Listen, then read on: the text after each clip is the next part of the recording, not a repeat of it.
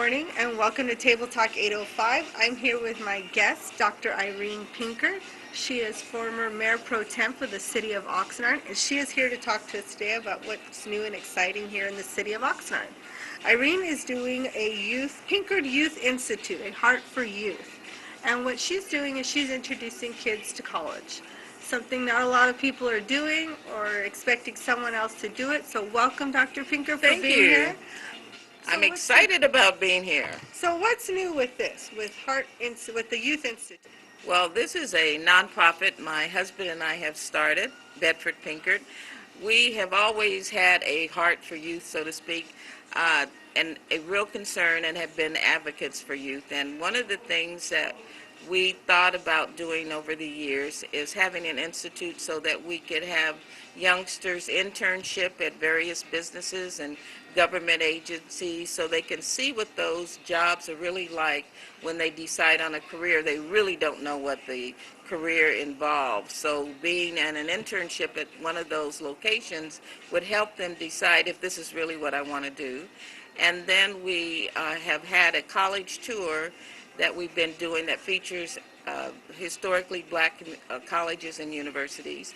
We will continue that, but we want to have more students go, and paying for it is usually a problem for their parents and the kids. So we want to raise money for that.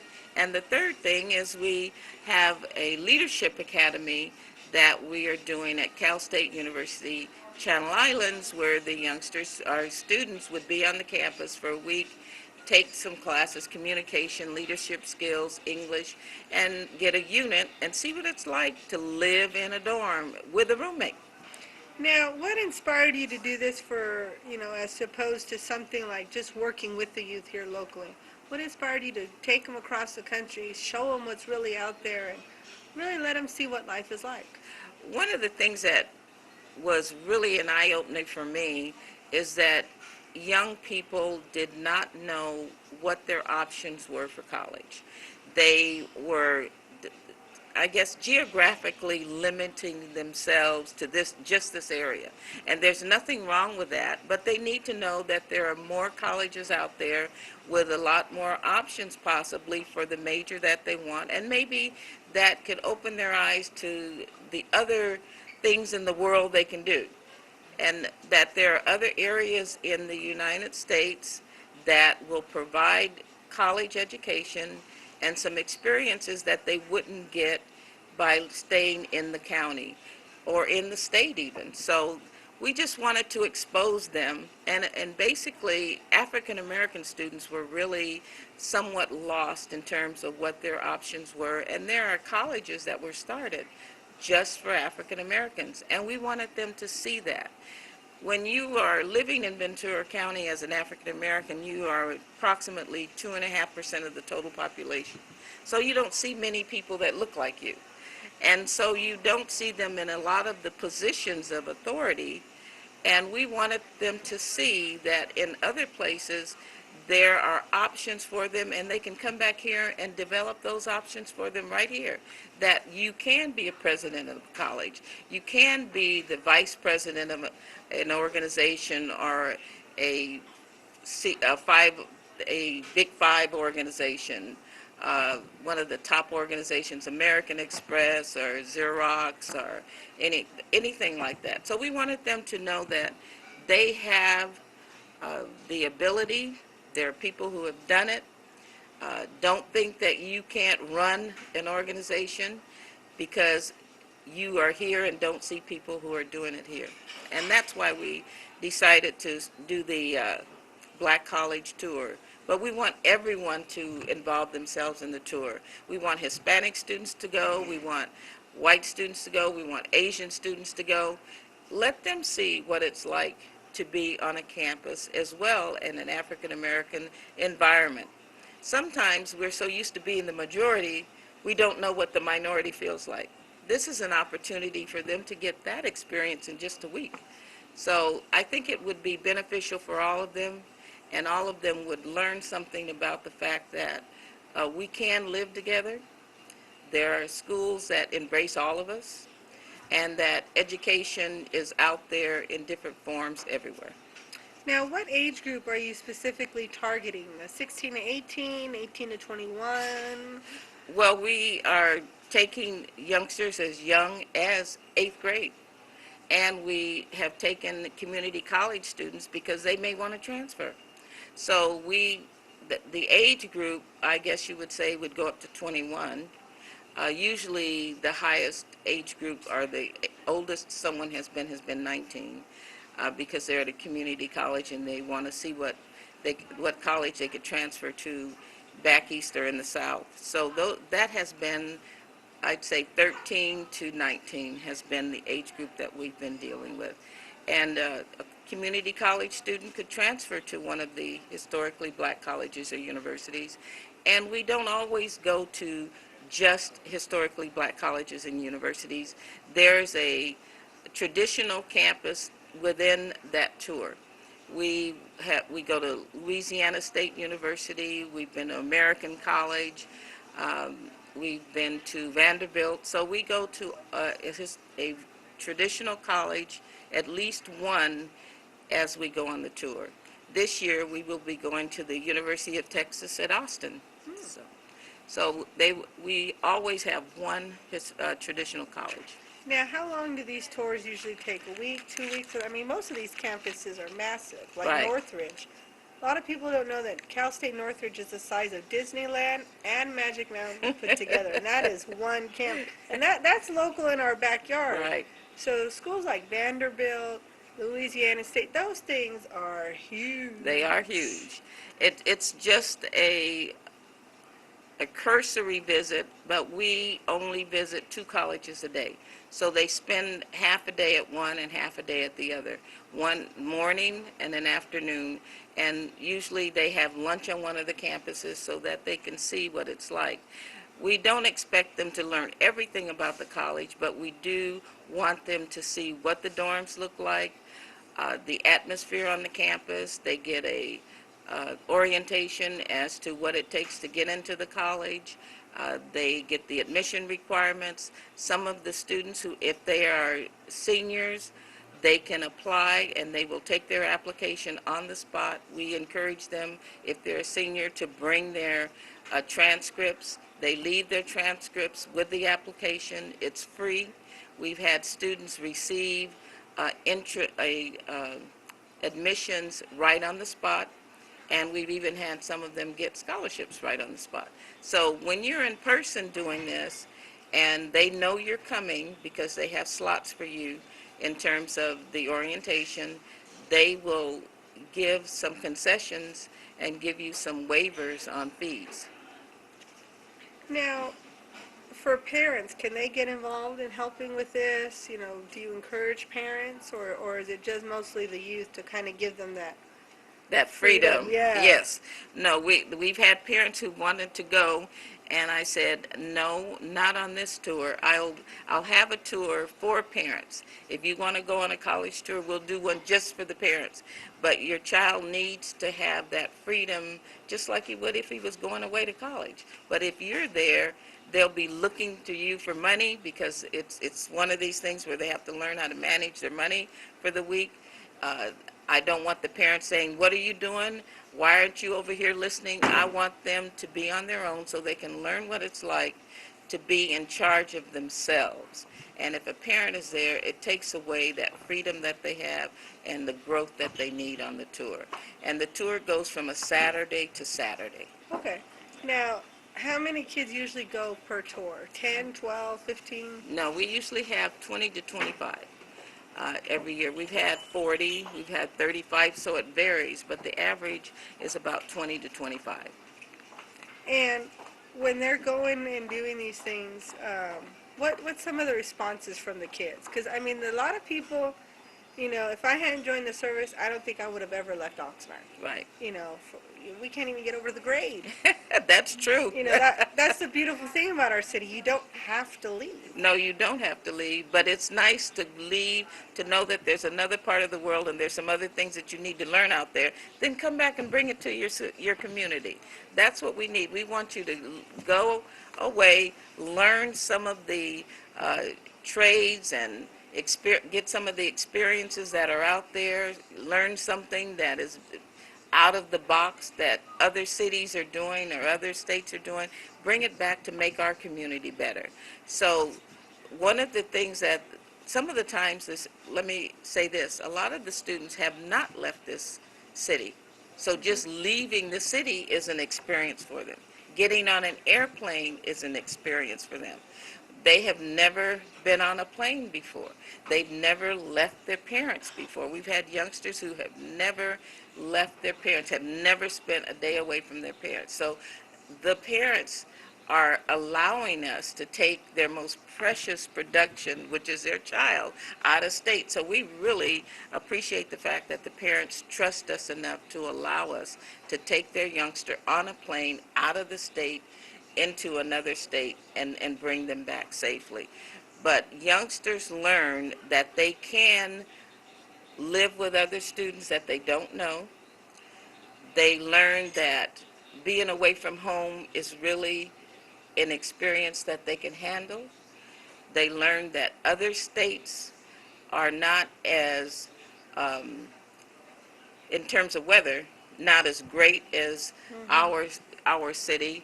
They learn that there's opportunities out there if they just seek them, and they learn that people are willing to do things for you if you are on the right path or if you just ask. All you have to do is ask. One of the things that we do is that we have friends in different locations who provide lunch, dinner. Lunches are dinners for the youngsters.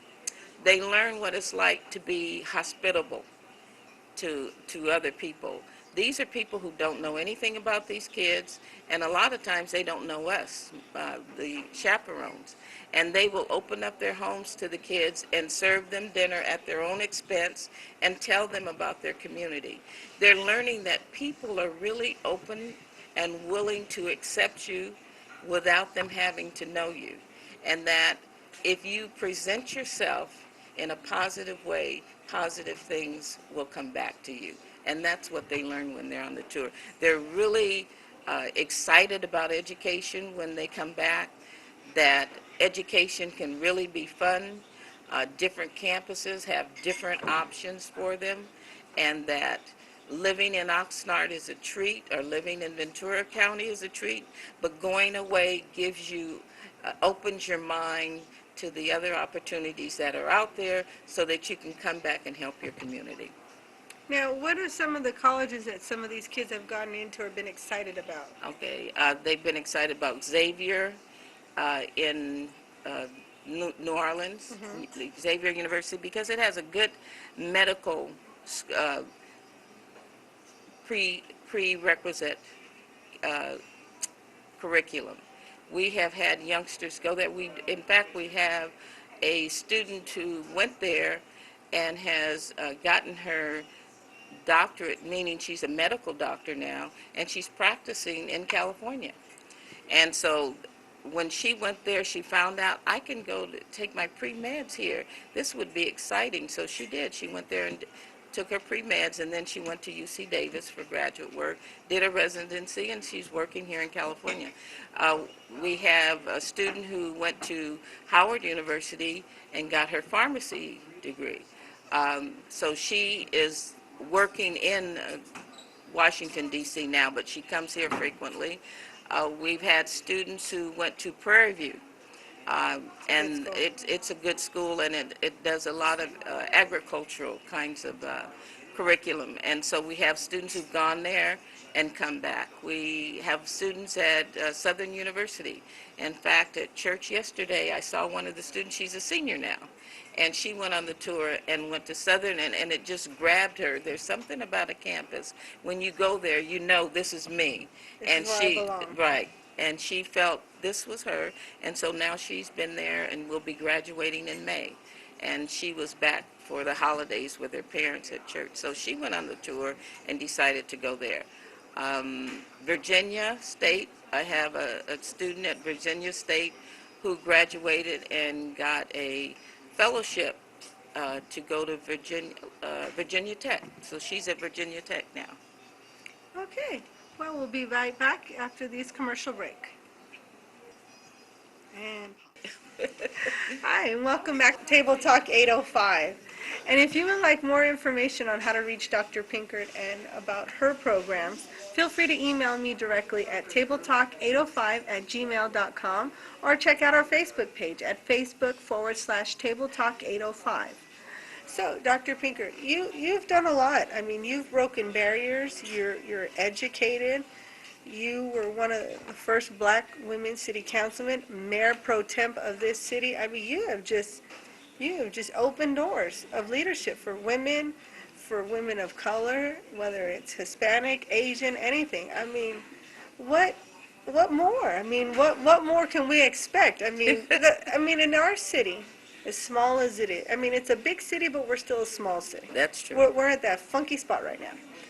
And you've broken barriers. Everybody loves you. You're everywhere. When the kids look at that, do they realize what you've done, what you've accomplished, or you're just the lady that takes us on the tour? I'm just the lady that takes them on the tour. And that's okay with me. Because if they see me as just a lady who did this and did that, then they can think, oh, she did it, I did it. I don't want them to see me as necessarily as someone who was way up there, who did something that maybe I can't do because I'd have to really fight to do it. I want them to see that if you put your mind to it, you can do it. And that's what I usually tell them. Now, one of the things that got me into doing what I do is because when I was a youngster, my dad told me I could do anything I wanted to do. All you had to do was go for it. And I remember in high school, we had never had any black cheerleaders in Riverside. And I wanted to be a cheerleader. And my mother would tell me, you can't do that, that's not anything black girls do. And my dad said, don't tell her that. She can do whatever she wants to do. If she wants to do it, let her try it. And so I tried out for it. And the first time, I don't think I made it. And then I tried out, because I tried out for song leader. Then I tried out for cheerleader. And I practiced and practiced, and I made it. And became the first black cheerleader at the high school. And went to the community college, Riverside Community College, because I'm an advocate of community colleges as well. And I made song leader at the community college, which was the first black cheerleader for that community college. And they had a Woman of the Year. And I used to do volunteer work, went to different schools and volunteered and tutored and did things on campus and worked on campus, and I was Woman of the Year. But it never occurred to me that it was something I wasn't supposed to do. It was like, this is what I want to do, and this is what I'm aspiring for, and these are the rules to get there. And that's what I did. If you have rules on paper as to how you can get to a specific position, and you've prepared yourself, then you can get there. And they'd have to explain to me why I didn't get there if I followed everything that was on that piece of paper. And I've told the youngsters, whatever you want to do, just make sure you know what the regulations and the rules are. If you don't follow each step and do it on time, then don't blame anybody else if you can't do it. So when they look at me, they just see somebody who is on them if they don't do what they're supposed to do. If they see me coming when they're supposed to be in a work situation, or they're not supposed to be out of their rooms, and they see me coming down the halls when they're on the tour, they'll run and say, here she comes, here she comes. Because I'm the gatekeeper, so to speak. And as long as they learn that there's a gatekeeper and take that into their normal life, they're going to find there's gatekeepers everywhere. And so I'm just giving them a taste of what it's going to be like eventually. There's gatekeepers everywhere we go. And if you do what you're supposed to do, then the gatekeeper can't do anything to you, because you're following what you're supposed. They know what I've done. They know I've been on city council. They know that I've been associate vice chancellor for the community college district, mayor pro tem, and they know that I go to church and I in Sunday school, and I do the camp for church. But they just see me as someone who does things. So they say, well, I can do that too because Dr. Pinkard is doing it. And that's what I want them to see. I want them to say, oh, I can do that because Dr. Pinkard did it. She said if you want to do it, just make sure you follow the rules. So I want them to know that I've done certain things, but I don't want it to be so overpowering for them that they think it's something that a mountain they can't climb. So that's how I see it. And the things I do because I love doing it. They seem so natural to me. The things that I do don't even seem like it's work. It's just a passion. It's it's just something that comes natural. Um, my father was one who always was a kind of person who gave to the community and always had people. He was a minister, so he had people coming to the house for advice, and he was very low key. And I saw that model, just caring for people, doing what's right, and things will come to you.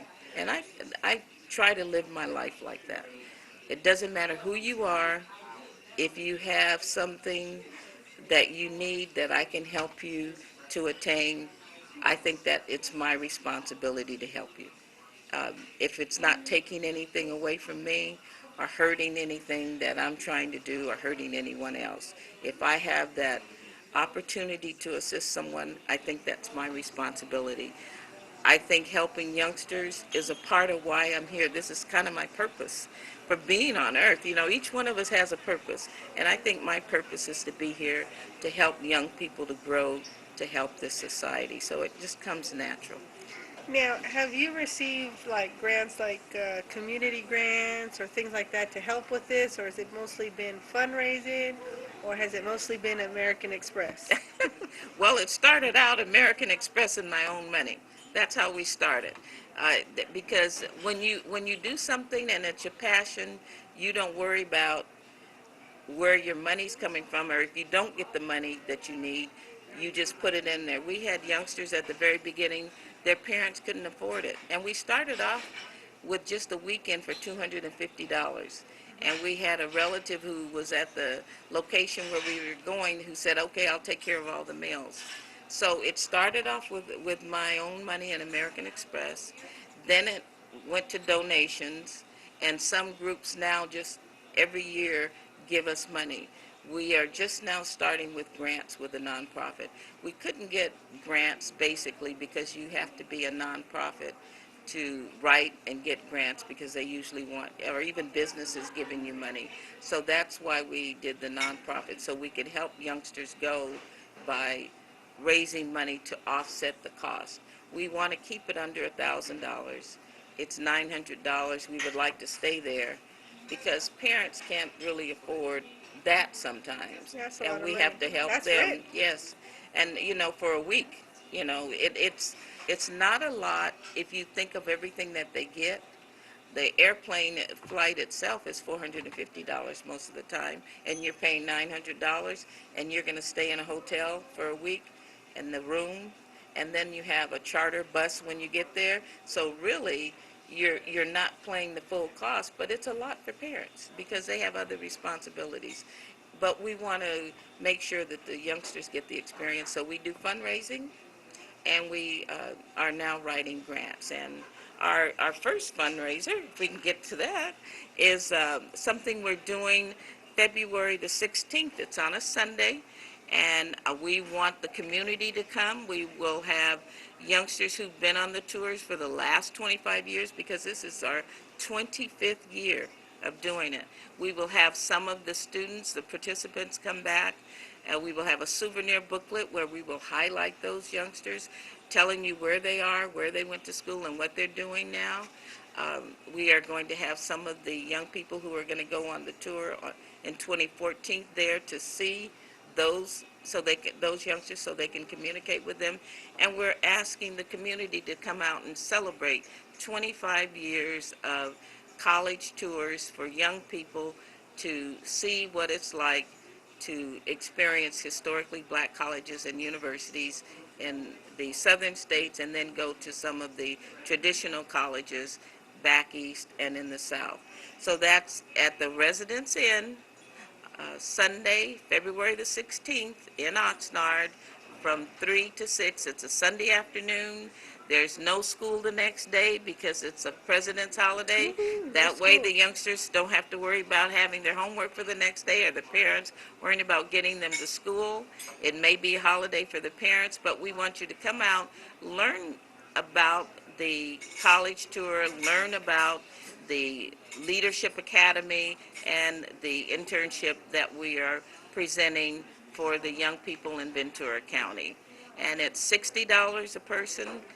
You have the opportunity of being in a souvenir booklet that we are doing for this event so that we can publicize your business or your name, if you just want to put your name in the book, just to say that you support us. So we take patrons, sponsors. If you want to help sponsor a youngster, you can do that. So there are many opportunities for you to assist us in what we're trying to do in Ventura County for all students. It's open to all students, and this event is open to everyone who has a heart for youth. And that's what it's called, A Heart for Youth, on Sunday, February the 16th at the Residence Inn at Oxnard. Now, if I had, let's say I have a card that requires points, but I'm not exactly jet setting anywhere. Can we roll our points to your program, or you're working on setting that up? Because I know there's a lot of groups that do that. They'll take the points. They'll allow. Points. So, people that get airline points. Oh, yes, sure. We can do that. We can apply that. We usually have a contract with the airlines, but to pay portions of it, we could definitely use the points for the airlines and to defray the cost for the total group, yes. Because a lot of people, they acquire They have points, award points for the airlines, and yes. they're not exactly jet setting right now. Right.